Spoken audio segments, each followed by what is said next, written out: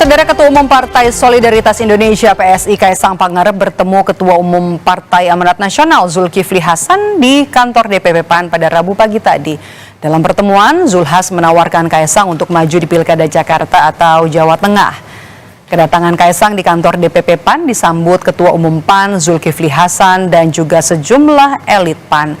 Kaisang sempat diajak berkeliling untuk melihat kantor DPP PAN dan dilanjutkan dengan pertemuan antara kedua elit partai.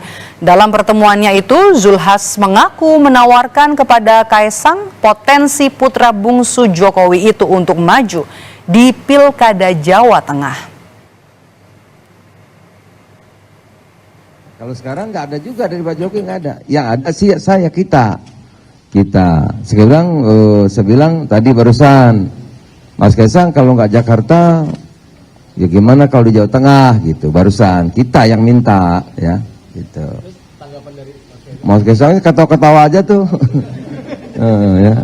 Kalau sama saya kan gitu, ketawa terus, ya, humor terus, tuh, lucu terus tuh, nah, gitu kira-kira. Itu aja dikit, lainnya nggak ada lagi. Ketua Umum PSI Kaisang Pangarep enggan menanggapi lebih jauh soal banyaknya baliho yang bertuliskan Kaisang 2024-2029 yang terpasang di sejumlah titik di kota Jakarta. Putra Presiden Jokowi itu hanya menjawab nanti saja. Mas soal baliho gimana Mas soal baliho? Mas soal baliho. Mas.